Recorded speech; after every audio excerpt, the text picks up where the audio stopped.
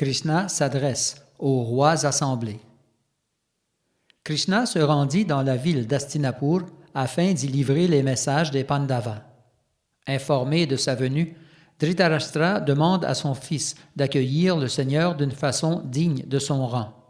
Sur les conseils de son père, Duryodhana fait ériger le long de la route des pavillons finement décorés.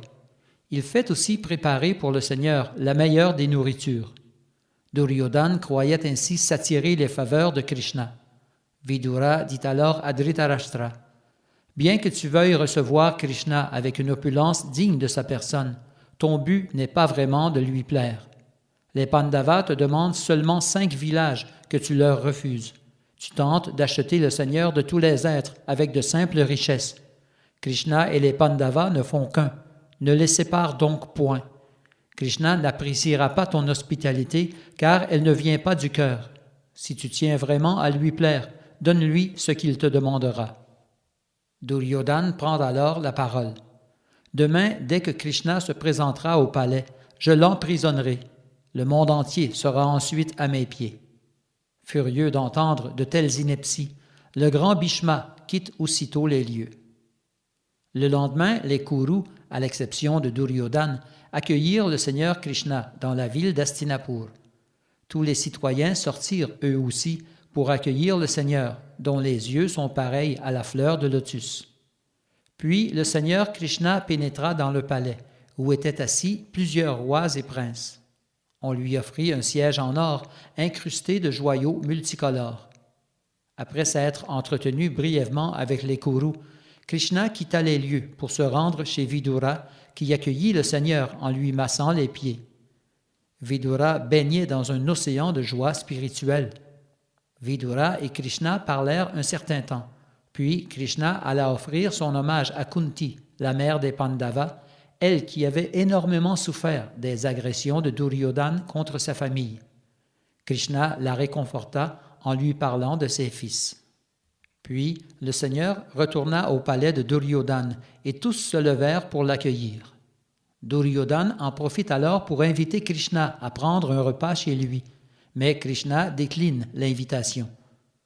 Duryodhana lui demande pourquoi.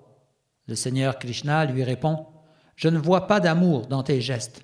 Depuis ta naissance, tu jalouses les Pandavas qui abondent en qualité. Celui qui déteste les Pandavas me déteste aussi, et celui qui les aime, il m'aime aussi.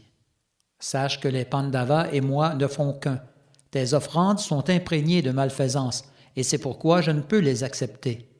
Je mangerai seulement la nourriture que m'offre Vidura. » Ayant ainsi parlé, Krishna se leva pour se rendre chez Vidura y prendre son repas. Le lendemain matin, le Seigneur Krishna, accompagné de Vidura, retourna au palais de Dhritarashtra. Plusieurs grands sages étaient venus pour l'occasion, et ils ne pouvaient détourner leur regard de Krishna, Dieu la personne suprême, à la beauté infinie.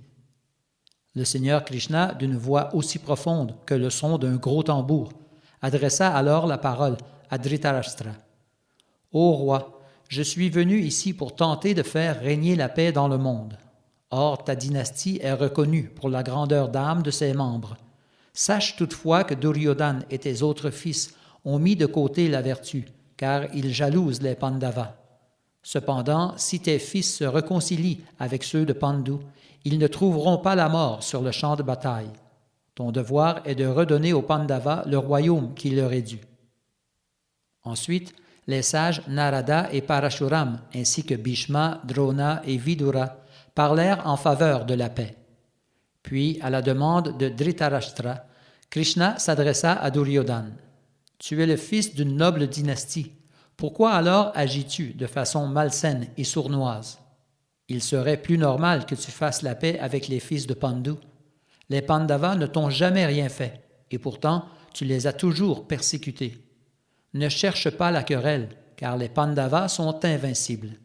Même les Devas ne peuvent les vaincre. » Bhishma, Drona, Vidura et Dhritarashtra approuvèrent ouvertement les paroles de Krishna, et tous les regards se tournèrent vers Duryodhana. Ce dernier répondit au Seigneur Krishna. « Tous ici m'invectivent, mais je ne vois aucune faute en moi. Vous n'avez aucune raison de me haïr. C'est bien avec plaisir que les Pandavas ont accepté de jouer aux dés. Nous ne sommes donc pas leurs ennemis. Tant que je vivrai, les Pandavas n'auront pas la moindre partie du royaume.